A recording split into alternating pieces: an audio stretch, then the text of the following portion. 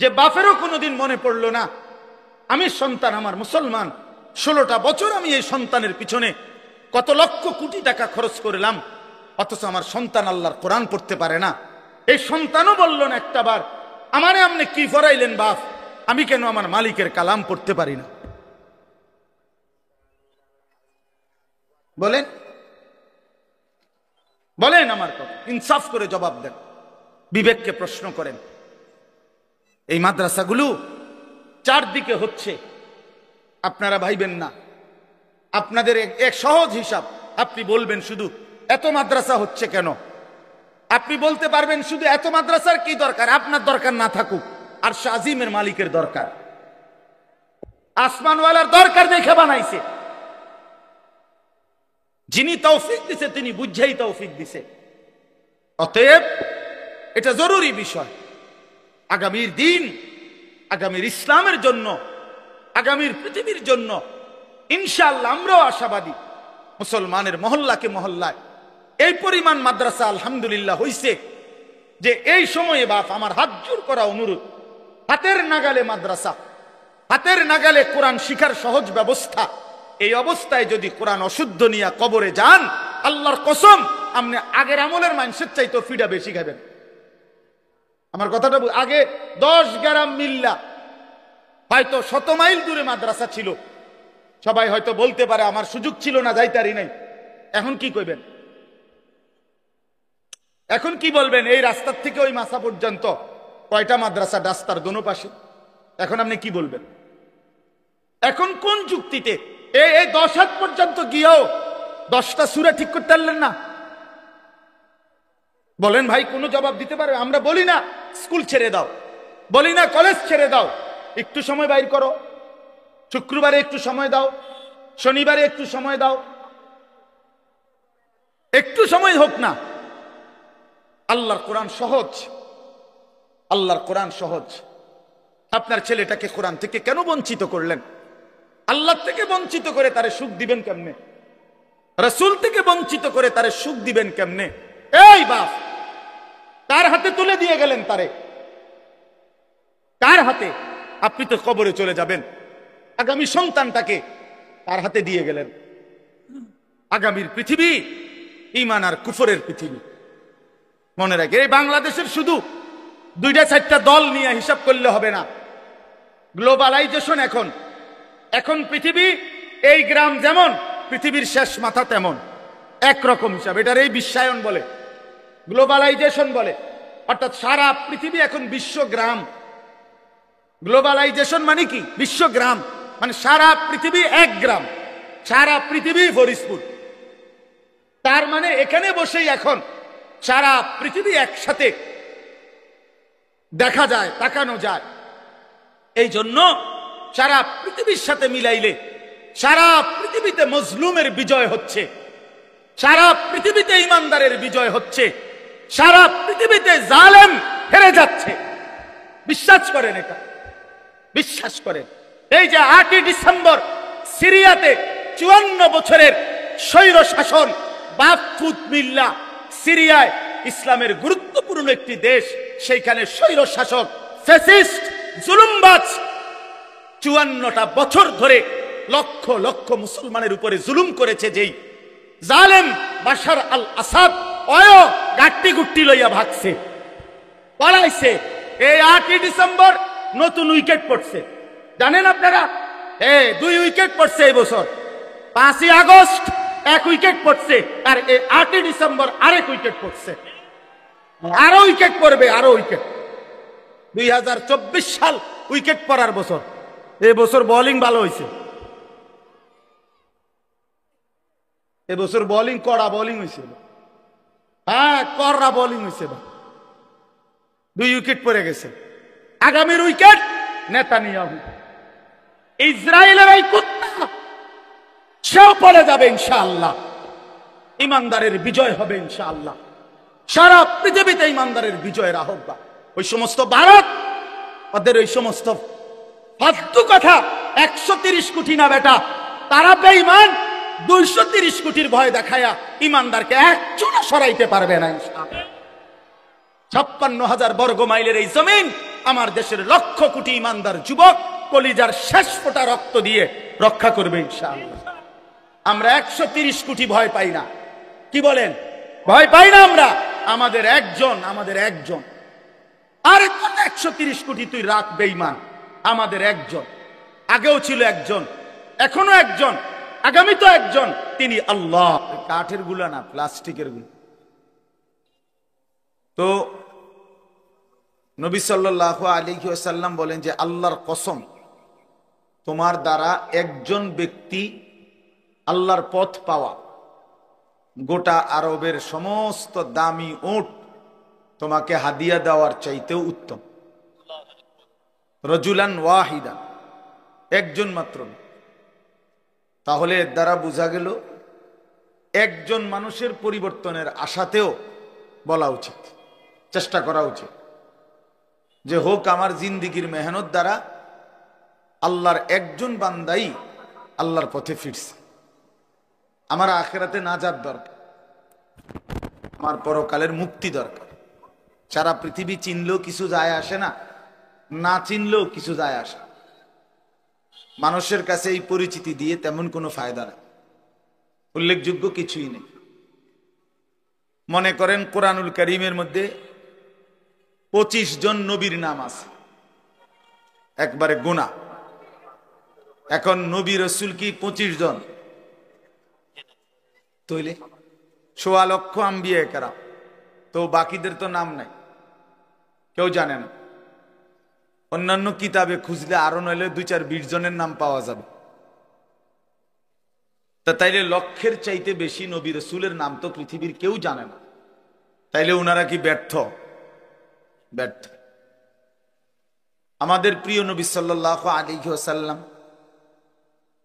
তিনি যখন বিদায় হজ্জের মাঠে ইন্তেকালের পূর্বের বছর আরাফাতের ময়দানে হজের খুতবা দিছেন, তখন নবী সাল্লাল্লাহু আলাইহি সাল্লামের সামনে 1.25 লক্ষর বেশি সাহাবী ছিল।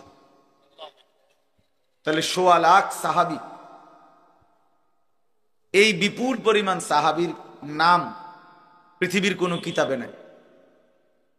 5000 সাহাবীর নামও পৃথিবীর কোনো কিতাবে নাই, কোনোখানে নাই। সর্বোচ্চ 313 জন সাহাবী বদরের যুদ্ধে যারা অংশগ্রহণ করছেন উনাদের নাম একসাথে পাওয়া যায়, আছে। আরো বাকি মিলাইয়া তো মনে করেন 2000-এর নাম বা 5000-এর নামই তালাশ করে পাইল, তো বাকিরা, বাকিদের নাম কই?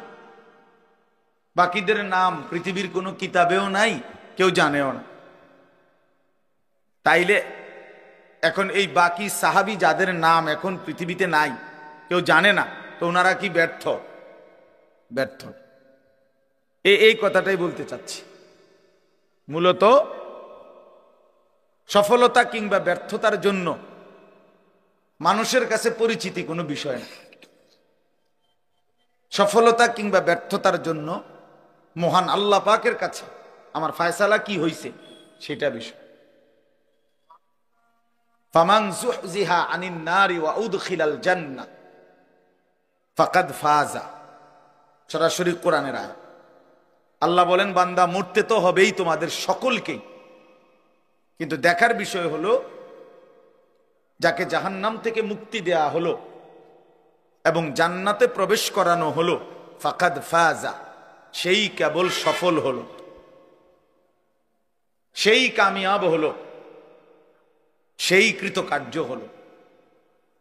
তাহলে কি বোঝা গেল? সফলতা জাহান্নাম থেকে মুক্তি পাওয়া, সফলতা জান্নাত পাওয়া, হ্যাঁ আল্লাহ তাআলার পক্ষ থেকে ঘোষণা হওয়া।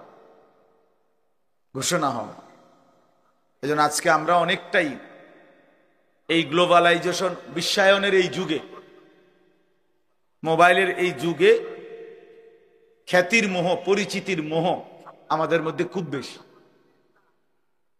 একবারে সবাই মনে করে আমি একটা চুল কাটাইলাম, এটা সবাই দেখুক। আমি একটা সিবা প্যান্ট কিনলাম, এইটারে কয়েক আইটেমে মোবাইলের মধ্যে ছবি দিল, সবাই দেখুক। বেওকুফ, তোর এটা কে দেখবে বেটা? এই সিবা প্যান্ট দেখার কি আছে? এটা তো আরো কত মানুষই পইরা রাখছে, না হের এটা হে দেখাইবে।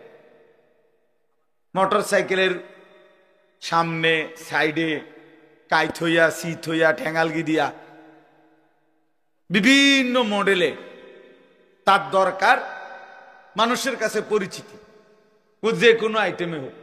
এবার প্যান্ট ফইরা হোক আর প্যান্ট খুললে হোক, মানুষে চিনলে হইছে। মানুষ চিনছে কিনা, আমারে পরিচিতি হলো কিনা, এটা হলো বিষয়।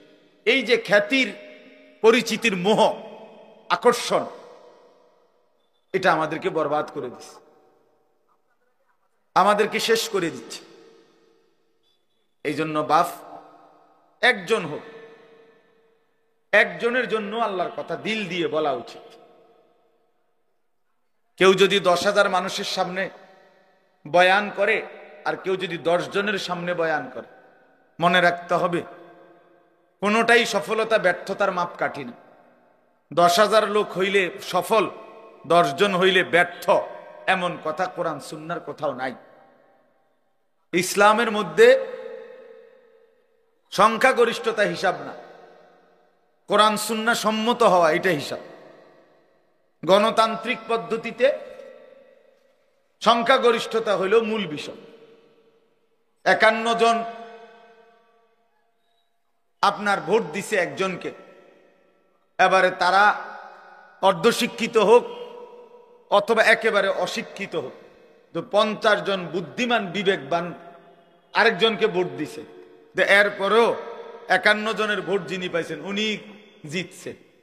কারণ এখানে সংখ্যা বেশি, একজন বেশি, একজন বেশি। এখানে যোগ্যতা বিষয় না, এখানে মূল বিষয় হলো ভোট একটা বেশি।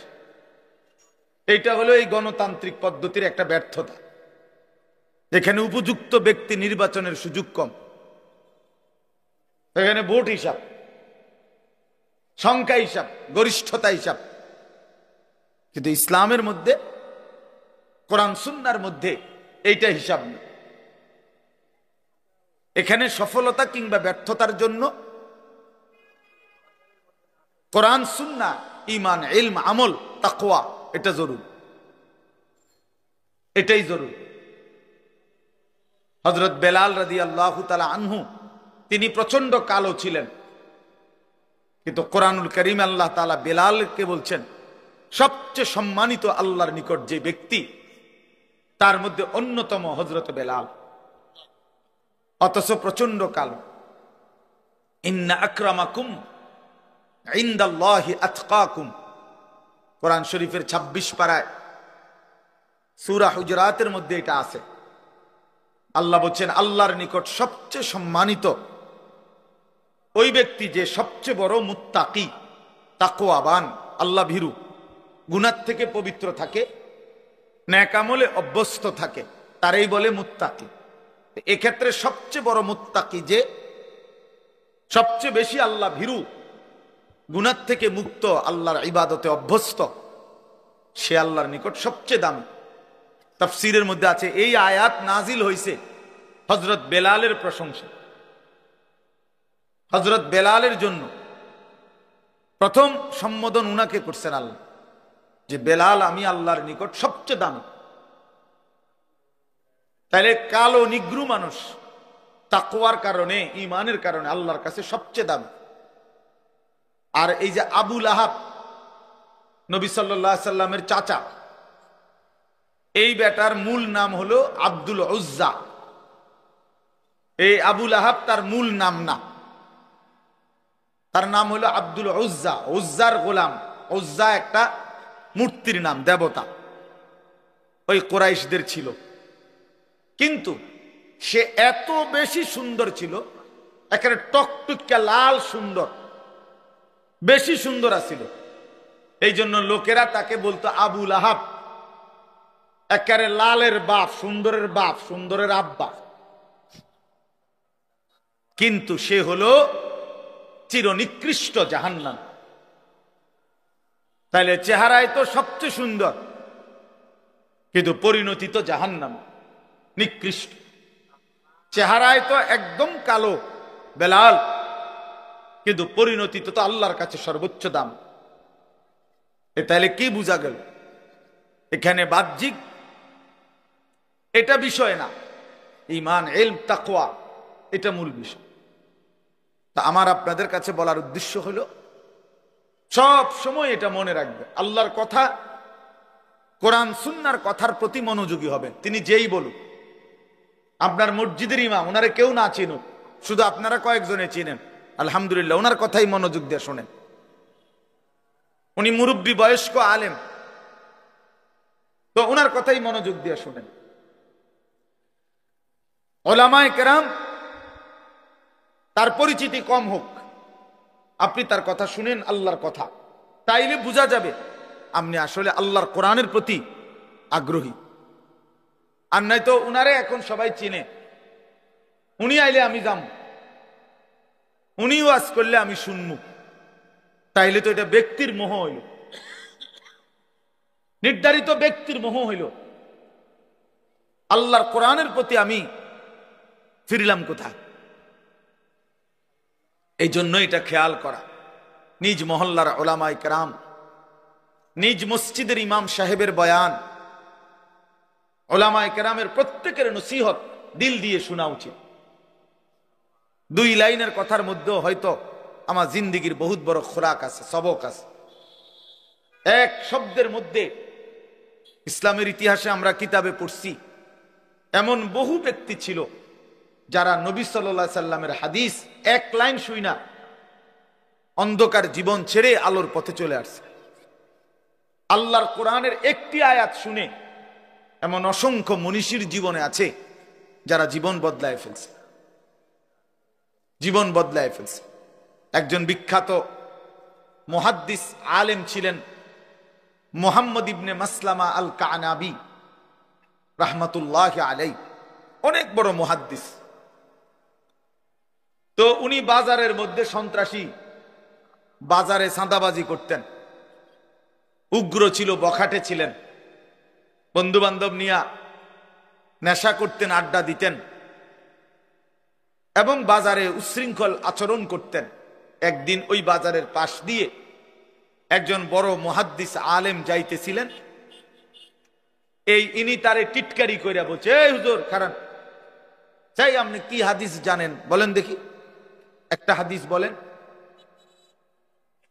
তো এইটা বলাতে ওই আলেম ইমাম শুবা রাহমাতুল্লাহি আলাইহি উনি নিয়ত করলেন মনে মনে যে আল্লাহ, তোমার বান্দাকে দেখেই বোঝা যাইতেছে উচ্ছৃঙ্খল, বখাটে, কিন্তু শুনতে তো চাইছে আপনার বন্ধুর হাদিস, টিটকারি করে কোক, মস্কারি করেই বলুক, হাদিস তো শুনতে চাইছে, আমি একটা হাদিস বলি, আপনি বরকত দিয়েন। এই কথা বলে বলছে, যুবক শোনো, নবী সাল্লাল্লাহু আলাইহি ওয়াসাল্লাম বলছেন, ইজা লাম তাস্তাহি ফাসনা মা শি'তা, যখন কারো লজ্জা নাই, শরম নাই, তো এবার তুমি যা ইচ্ছা তাই করো। যার হায়া নাই, যার শরম নাই, সে যা ইচ্ছা তাই করুক। নবী সাল্লাল্লাহু আলাইহি সাল্লাম বললেন, আমি জানি না, যা তোর যা মন চা তাই কর, যেহেতু তোমার কোনো লজ্জাই নাই, হায়াই নাই, শরমই নাই। এইটা রাসূলুল্লাহ সাল্লাল্লাহু আলাইহি ওয়াসাল্লামের হাদিস। এই কথা বলে তিনি চলে গেলেন। এই যুবক মুহাম্মদ ইবনে মাসলামা ওইখানেই বসে রইলেন। তো সাথের বন্ধুরা বললেন, ওস্তাদ উঠতেন না, চলেন। বলছে, না, তোমরা কি বুঝছো বন্ধু, এই হাদিস তো নবী সাল্লাল্লাহু আলাইহি সাল্লাম আমার জন্য বলছে, আমি তো লজ্জা নাই, শরম নাই, যার ফলে যা মন চায় তাই করি, অন্যায় করি, নাফরমানি করি, বখাটেপনা করি, মানুষের উপরে জুলুম করি, জবরদস্তি করি, কাজে আমার কোনো চরিত্র নাই, আমার কোনো হায়া নাই, এজন্যই তো আমি যা ইচ্ছা তাই করি। তো রাসূল সাল্লাল্লাহু আলাইহি সাল্লাম তো এই তিরস্কার আমারে করছেন, যাও ছেড়ে দিলাম অন্ধকার এই রাস্তা। এই এক কথার উপরে পরবর্তীতে উনার কাছে গেছেন ওই ইমাম শুবা, ওই যিনি বলছিল হাদিসটা, উনার কাছে গিয়ে উনার ছাত্র হয়ে হাদিস শিখে ওই জামানার সর্বশ্রেষ্ঠ মুহাদ্দিস হয়েছে। এই এক কথায় জিন্দেগি বদলে গেছে। এক হাদিস জীবন পাল্টায় দিস। এই জন্য বাপ, আল্লাহর কথা দিল দিয়ে শুনবেন। নিজ মহল্লার ইমাম সাহেব, ওলামায়ে কেরাম, প্রত্যেকের কথা দিল দিয়ে শুনবেন। আসরের পরে বলুক সেটাও দামি, জোহরের পরে বলুক এটাও দামি, 20 মিনিট বলুক এটাও দামি, 2 ঘন্টা বলুক এটাও দামি। প্রত্যেকের কথাকেই আল্লাহর কথা যখন বলে দামি মনে করা উচিত, তাইলে বরকত হয় নিজের মধ্যে। আর নাই তো শুধু ব্যক্তি বিশেষের মোহ হইলে এটার মধ্যে জিন্দিগি হয় না। আল্লাহ আমাদেরকে বুঝার তৌফিক দান করেন।